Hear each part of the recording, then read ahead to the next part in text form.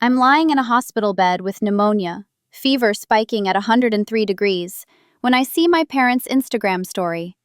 My sister Maya on a beach in Cancun, cocktail in hand, caption reading, "Family vacation!" Palm tree emoji, sun emoji. They didn't tell me they were going.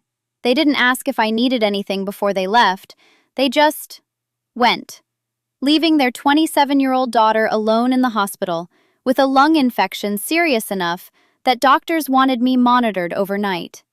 But they made sure Maya got her beach vacation. I screenshot that Instagram story. Save it, because I'm done being the afterthought in this family. And when I get out of this hospital, I'm going to do something that will make sure they never forget me again. My name is Claire. I'm the older daughter in a family where I stopped being the priority the moment my sister was born 4 years after me. Maya has always been the golden child, the one who could do no wrong, who deserved every advantage, who needed to be protected and pampered and prioritized above everything else, including her older sister, who apparently existed solely to not cause problems. This hospital moment, this beach vacation while I struggled to breathe, it wasn't an anomaly. It was the pattern made obvious, the final, undeniable proof of something I'd known my entire life, but had been too afraid or too conditioned to name. My parents don't love me the way they love Maya. Maybe they don't love me at all. Let me take you back, because this moment didn't come from nowhere.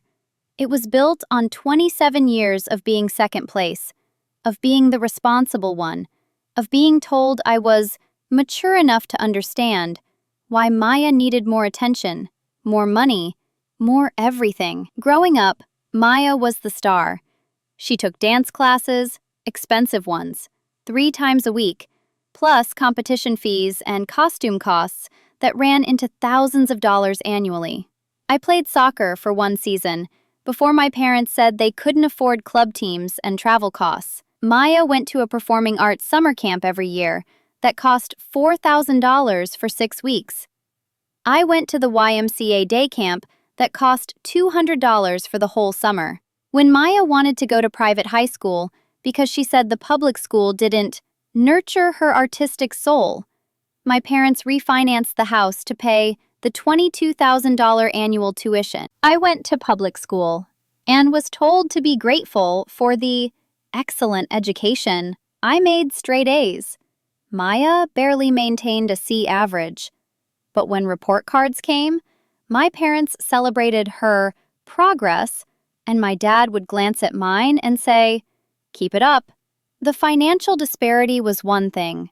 The emotional disparity was worse. My parents attended every single one of Maya's dance recitals, every competition, every showcase. My mom would take the day off work. My dad would rearrange meetings.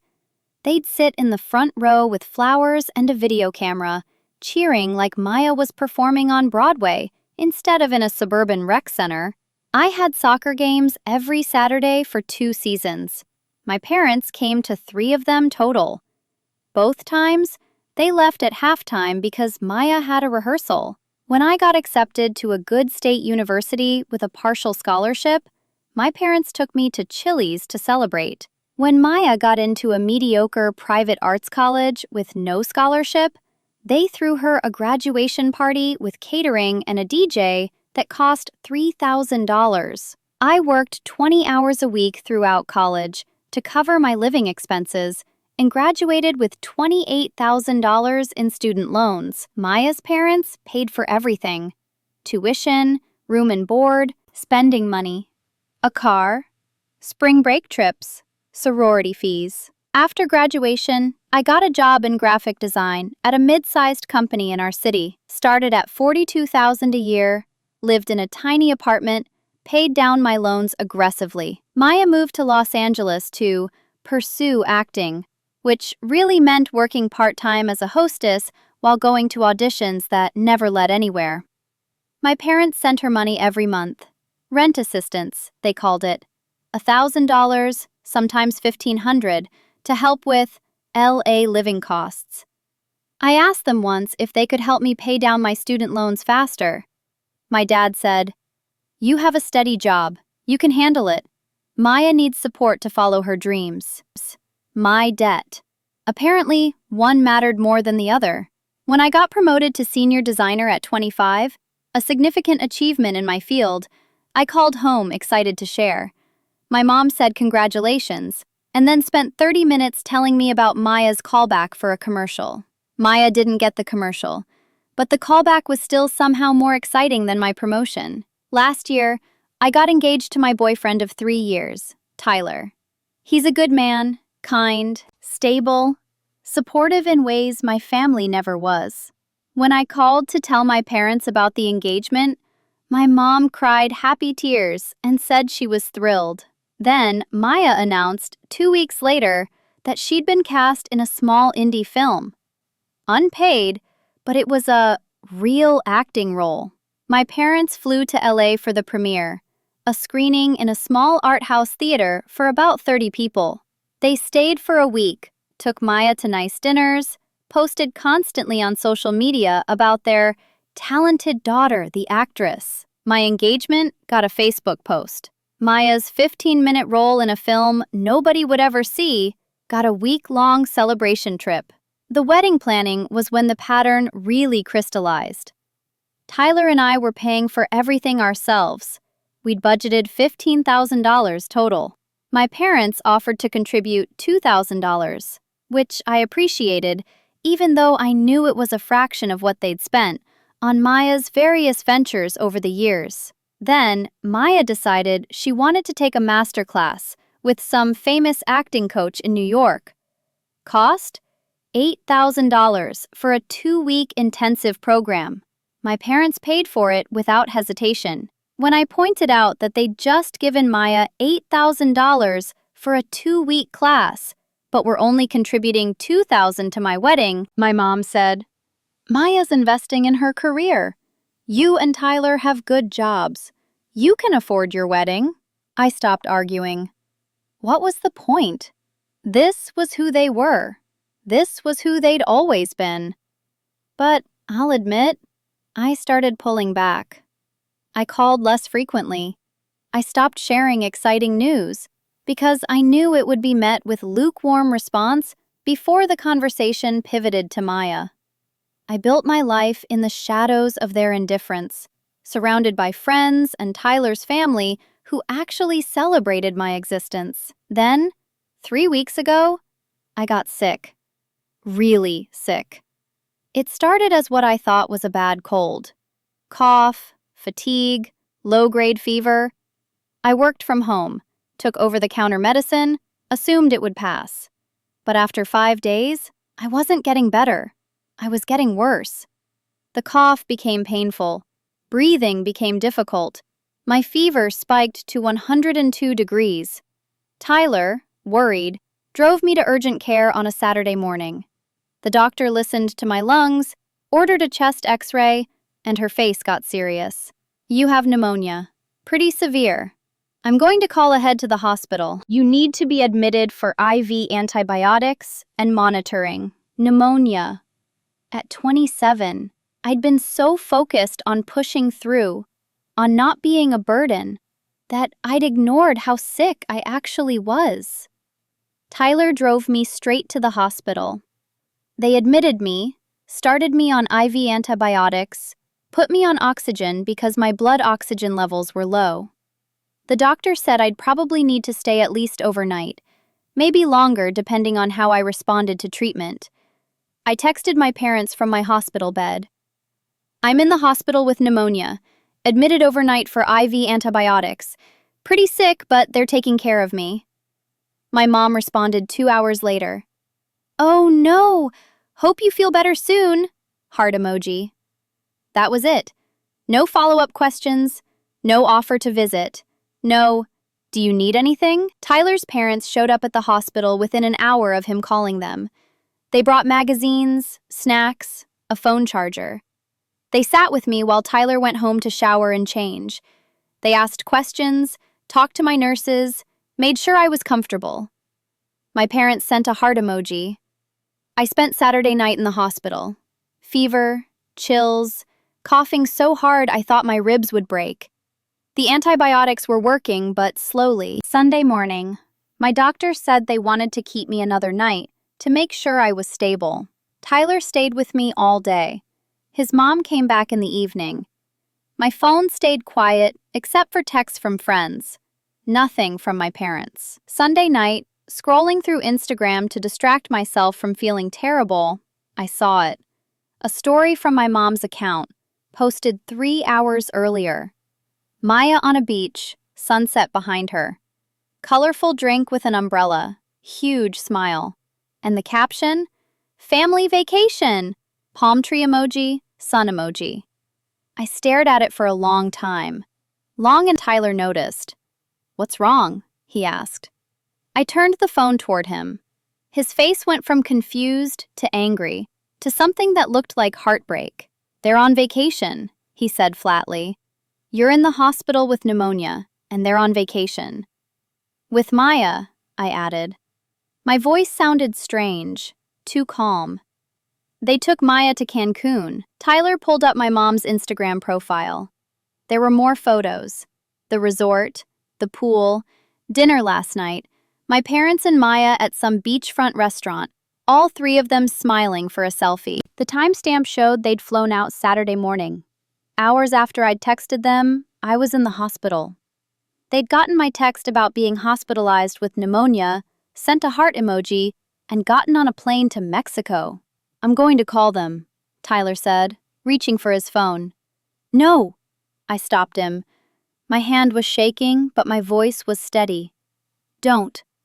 Claire, they need to know how messed up this is." "They know," I said. "They know I'm sick. They know I'm in the hospital. They chose to go anyway." Tyler looked at me with such sadness. "I'm so sorry." "Don't be sorry," I said, and something hardened in me. Something that had been soft and hopeful for 27 years finally calcified into something else. Something that looked like resolve. "Just help me screenshot these before she deletes them." We saved everything. Every photo, every caption. Time-stamped proof that my parents had chosen a beach vacation with Maya over checking on their hospitalized daughter. I got released Monday afternoon, sent home with oral antibiotics and strict instructions to rest for at least a week. Tyler took me to his parents' house instead of my apartment because they insisted I needed people looking after me. I didn't argue. My own parents were snorkeling. Monday evening, my mom called. I was lying on Tyler's parents' couch, still feverish and exhausted, when her name popped up on my screen. I almost didn't answer, but Tyler's mom said, "Maybe she's calling to check on you. Maybe they cut the trip short." I answered on speakerphone. "Hello? Hi, sweetheart." My mom sounded cheerful, relaxed. "How are you feeling?" "I have pneumonia," I said. "I'm out of the hospital, but still pretty sick." "Oh, that's good that you're out. Rest up." Then, without missing a beat, "Listen, we're in Cancun with Maya, and we wanted to ask your opinion on something. Should we do the zipline tour or the ruins tour tomorrow? You know how Maya hates heights, but the zipline does look fun." Tyler's parents' faces were identical masks of shock. Tyler looked like he wanted to grab the phone and throw it. "You're still there," I said. Not a question, a statement. "Well, yes, we're here until Friday. Didn't I mention we were going on this trip? It was kind of last minute. Maya really needed a break. She's been auditioning so much. She was getting burned out." "You texted me that you were in the hospital Saturday morning," my mom continued, oblivious. "I figured you were fine since you were texting. Anyway, zipline or ruins?" Something in me snapped. Not loudly, not dramatically, just a clean break. "Neither," I said. "I think you should enjoy your family vacation without worrying about my opinion." "Okay, we'll probably do the ruins then." Maya just walked in. "Want to say hi?" "No," I said. "I'm tired. I need to rest." "Of course. Feel better." She hung up. I sat there on the couch, phone in my hand, while Tyler's parents stared at me with a mixture of pity and outrage. "She didn't even ask if you needed anything," Tyler's mom said quietly. "She didn't ask about your treatment, or how serious it was, or if anyone was taking care of you. She asked about zip lines," I said. And I started laughing. Not happy laughing. The kind of laughing that's actually crying in disguise. "My parents are in Cancun, and she called to ask my opinion on zip lines." Tyler pulled me against him.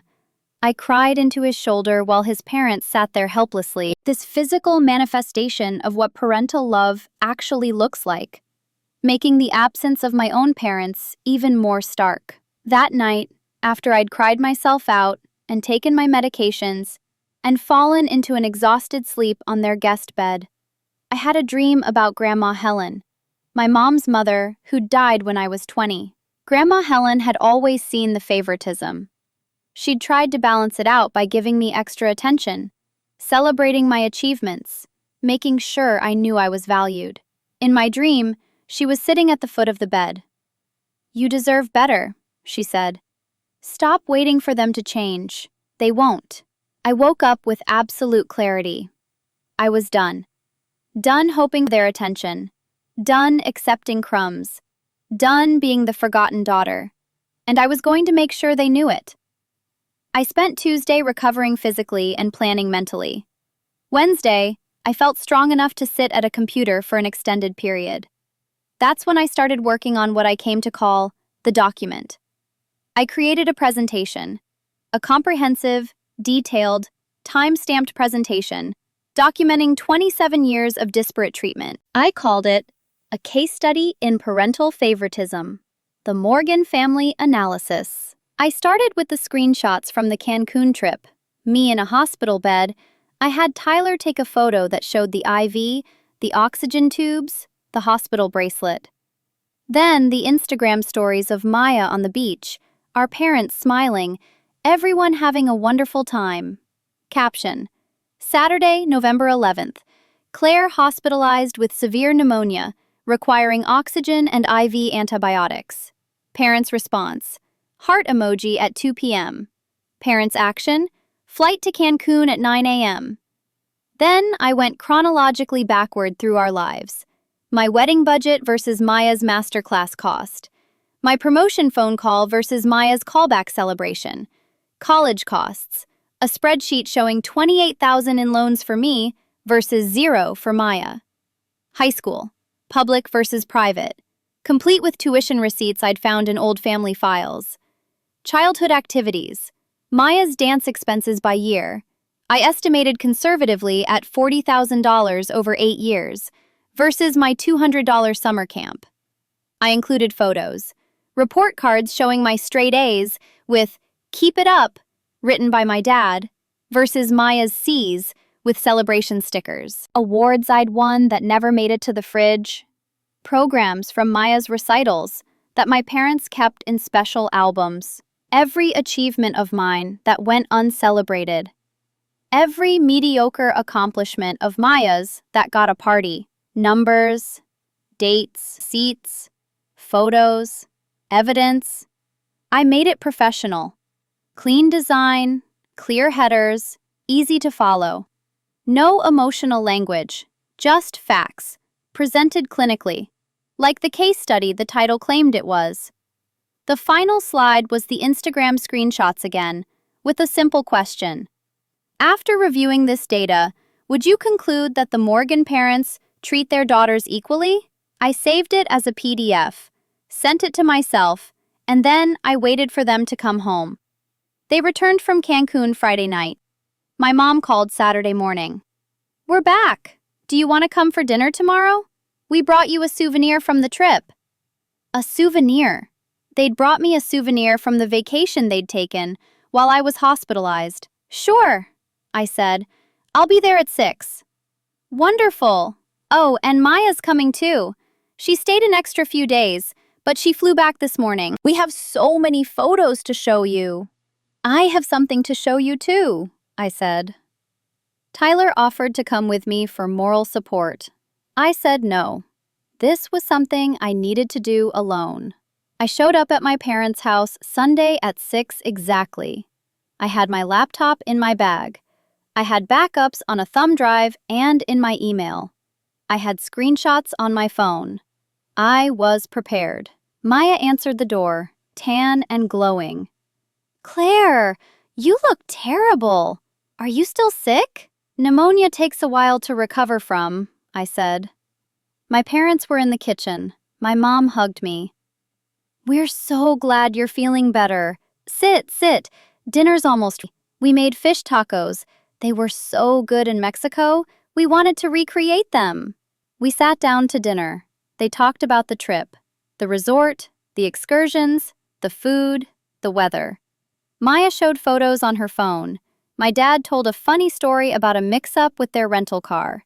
I ate my fish tacos and waited. After dinner, my mom brought out coffee and the souvenir, a generic painted ceramic turtle with Cancun on it. "We thought you'd like this," she said. Maya helped us pick it out. "Thanks," I said, setting it aside. "I actually have something I wanted to share with all of you. Can I connect my laptop to the TV?" "Oh, are these wedding photos?" my mom asked, excited. "Did you and Tyler do an engagement shoot?" "Not exactly," I said, pulling up the presentation. "It's more of a family retrospective." I connected the laptop to their TV. My presentation filled the screen. "A case study in parental favoritism, the Morgan family analysis." My dad frowned. "What's this?" "It's exactly what it says," I responded calmly. "A documented analysis of how you've treated your two daughters over the past 27 years. "Claire, if this is about the trip," my mom started. "It's about much more than the trip," I said. "But we'll start there." I clicked to the first slide. The split screen of me in the hospital and them on the beach. The room went silent. "Saturday, November 11th, I read aloud. "I texted you at 8:17 a.m. that I'd been admitted to the hospital with severe pneumonia. At 2:14 p.m., you responded with a heart emoji. At approximately 9 a.m., you boarded a flight to Cancun with Maya. We asked if you needed anything. You said you were fine." My dad tried. "Show me where you asked," I interrupted. "I have our entire text exchange. You sent one emoji. That was your response to learning your daughter was hospitalized." I clicked to the next slide. The breakdown of wedding budget versus masterclass. $8,000 for a 2-week acting class, $2,000 for my wedding, both in the same month. Click. College expenses. $173,000 for Maya's education. Zero debt. $47,000 total contributed to mine. $28,000 in loans I'm still paying off. Click. High school. $176,000 for private school tuition. $0 for private school for me. I went through every slide, every comparison, every documented instance of disparity. My parents' faces went from defensive to pale to something that looked like realization. Maya was crying. "I didn't know," she kept saying. "I didn't know it was this bad." "Yes, you did," I said, not unkindly. "You knew you got more. You just didn't question why." I clicked to the final slide, the question about equal treatment.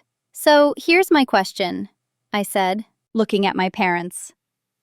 "After reviewing this data, do you still believe you've treated your daughters equally?" The silence lasted a long time. Finally, my dad spoke.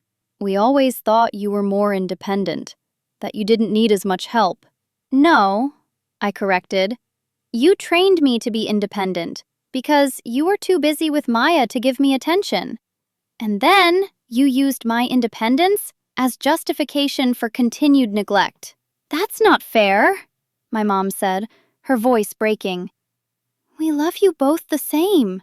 "Love isn't just a feeling," I said. "It's actions. It's showing up. It's celebrating achievements. It's getting on a plane when your daughter is hospitalized, instead of getting on a plane to Mexico. I stood up, disconnected my laptop. I've spent 27 years trying to earn the same treatment you give Maya effortlessly. I've achieved more, needed less, caused fewer problems, and received a fraction of your time, money, and attention.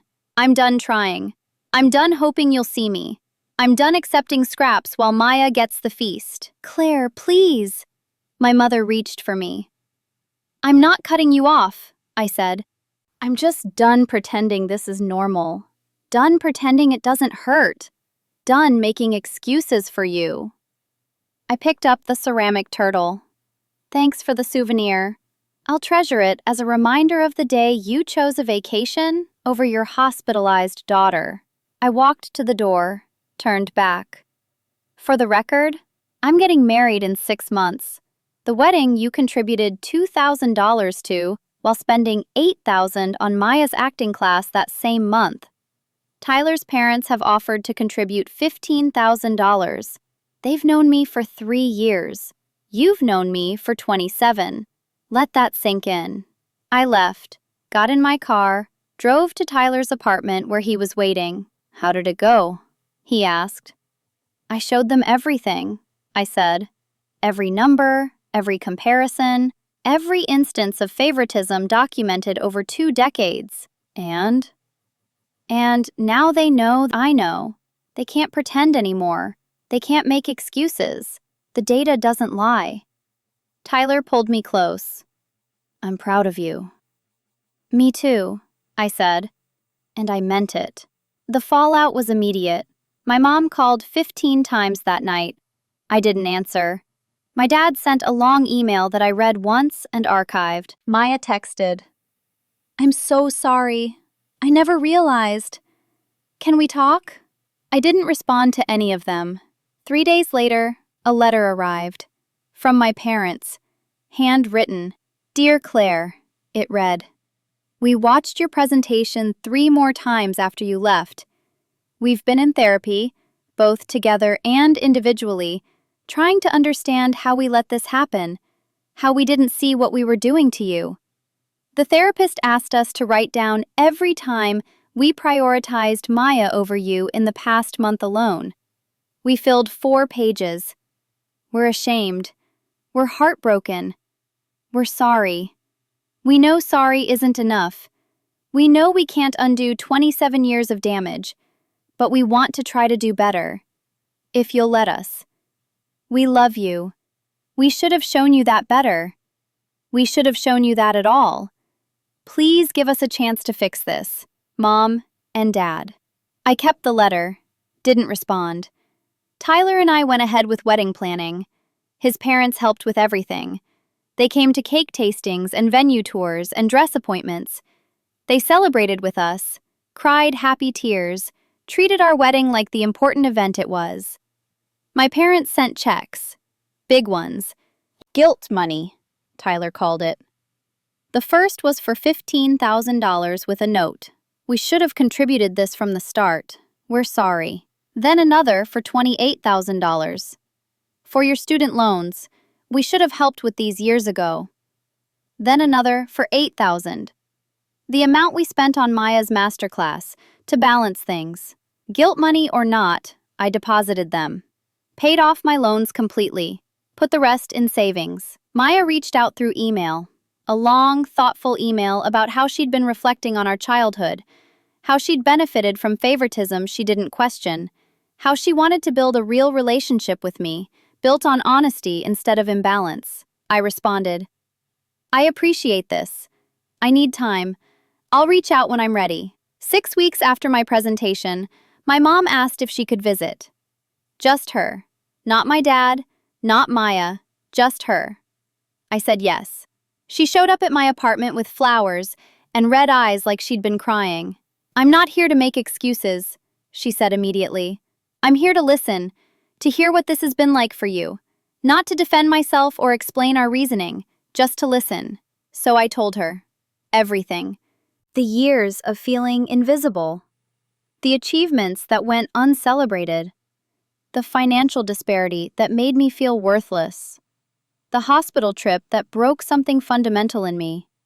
She cried through all of it, didn't interrupt, didn't defend, just listened. "I can't make this right," she said when I finished.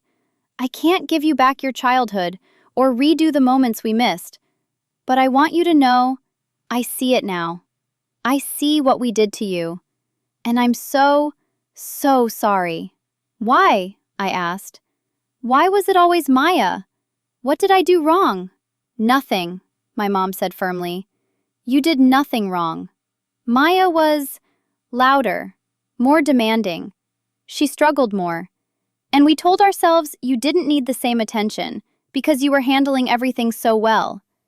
We thought we were being good parents by giving each child what they needed. We didn't realize we were neglecting you in the process. I needed you too," I said quietly. "I just didn't scream for attention. That doesn't mean I didn't need it." "I know," she whispered. "I know that now. It's been 4 months since the presentation. 4 months since I laid out 27 years of favoritism in clinical detail and made my parents face what they'd done. My relationship with them is different now.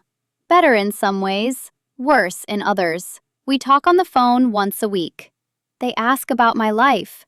Really ask. Really listen. They've started coming to my apartment for dinner. They're going to my wedding dress fitting next week. But the trust is gone. Maybe forever. You can't undo decades of neglect with a few months of trying harder. Maya and I have coffee sometimes. It's awkward, but honest. She's in therapy too, working through her own guilt and her own patterns of expecting everything to be handed to her. She got a regular job, first time in her adult life, and moved out of the apartment my parents were subsidizing. Tyler and I got married last month. Small ceremony, just close friends and family. My parents came. They cried. They gave a toast about how proud they were of the woman I'd become, despite not always supporting her the way we should have. It was the closest they've come to a public acknowledgement. Tyler's parents walked me down the aisle. When my dad asked if he could walk me, I said no. "You haven't been there for the journey. You don't get to be there for the destination," he cried. But he understood. The wedding was beautiful. Everything Tyler and I wanted. And nobody was prioritized over anyone else. Nobody's needs overshadowed anyone else's moment. It was just two people celebrating love, surrounded by people who'd actually shown up for them. That's what I learned from all of this. That love is showing up. It's celebrating achievements, big and small. It's getting on a plane when someone needs you, not when you want a vacation. It's distributing resources fairly, even when one child is louder about their needs. My parents failed at that, spectacularly, for my entire life. But documenting it, presenting it, making them face the undeniable evidence, that gave me something I'd never had before. Validation. Proof that I wasn't crazy or too sensitive. Proof that the favoritism was real and quantifiable and damaging. They can never again claim they treated us equally. The data says otherwise. And that data freed me. It freed me from the hope that maybe I was wrong. It freed me from the obligation to keep trying to earn love that should have been freely given. It freed me from their narrative about what kind of parents they were. Now they have to live with the truth. With the knowledge of what they did, documented in spreadsheets and photos and time-stamped comparisons, that's a different kind of justice than I expected. Not satisfaction, exactly, but closure. My parents took my sister on vacation while I was in the hospital with pneumonia. That was the breaking point. But it was also the catalyst for finally demanding to be seen. I took action that left them speechless, not because I yelled or made a scene, but because I presented the facts they'd been avoiding for 27 years. Sometimes the most powerful thing you can do isn't revenge. It's just truth. Clear, documented, undeniable truth. And sometimes being seen, really seen, finally seen, is worth more than any apology.